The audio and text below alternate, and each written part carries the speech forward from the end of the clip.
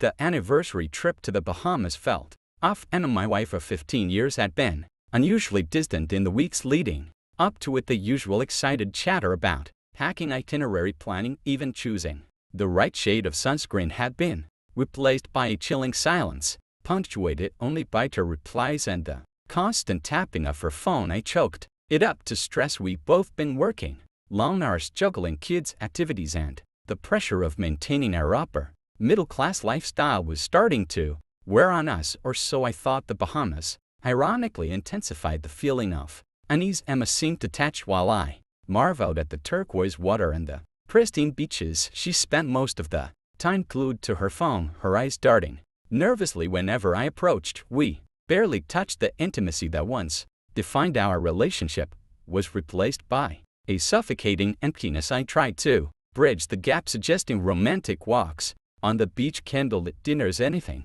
to rekindle the spark, but my efforts were met with perfunctory smiles and fleeting physical contact. It was as if she was going through the motions, her heart and mind a million miles away. The suspicion gnawed me. It wasn't a sudden, dramatic revelation. It was a slow, agonizing build-up, a creeping dread that solidified with each unanswered question and every furtive glance. But I still clung to the hope that I was wrong, that my fears were the product of a stressed and overactive imagination. On our last day, we were packing to head back to the airport. Emma, typically meticulous, seemed rushed and haphazard in her packing. She tossed clothes into her suitcase with abandon, stuffing it almost to bursting. I noticed she was unusually careful about a small worn leather satchel she carried it Saturday, separately untouched and held close. The flight back was agonizing. Emma didn't speak much, opting instead to stare out the window, her expression unreadable. I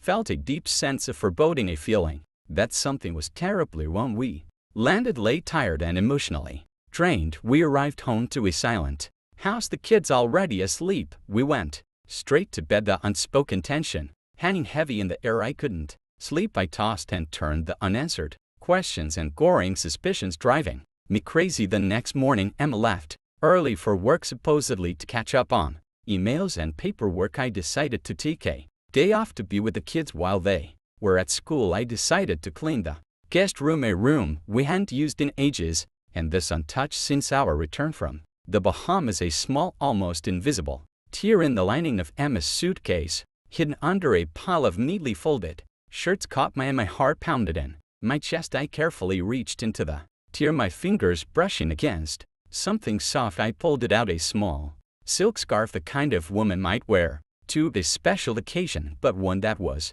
undeniably not Emma's. It was vibrant emerald green with a delicate pattern I'd never seen before. That's when I noticed the faint scent of expensive perfume, a scent that was utterly foreign to our household. I gently unfurled the scarf and my blood ran cold. Embroidered in a corner, barely visible, was a single initial J. The panic surged. I carefully searched the suitcase, finding more damning evidence: a small bottle of perfume identical to the one I'd smelled on the scarf, a receipt from a high-end jewelry store, and a crumpled photograph of a smiling Emma and a handsome dark-haired man who I didn't recognize, but whose smile held a familiar, unnerving arrogance. I knew without a doubt that Emma had been having an affair. The truth, once denied, was now brutal and undeniable, and that was only the beginning. My entire world felt like it was collapsing in on me. The pain was a physical force crushing my chest, stealing the air from my lungs. Years of shared memories, of trust, of a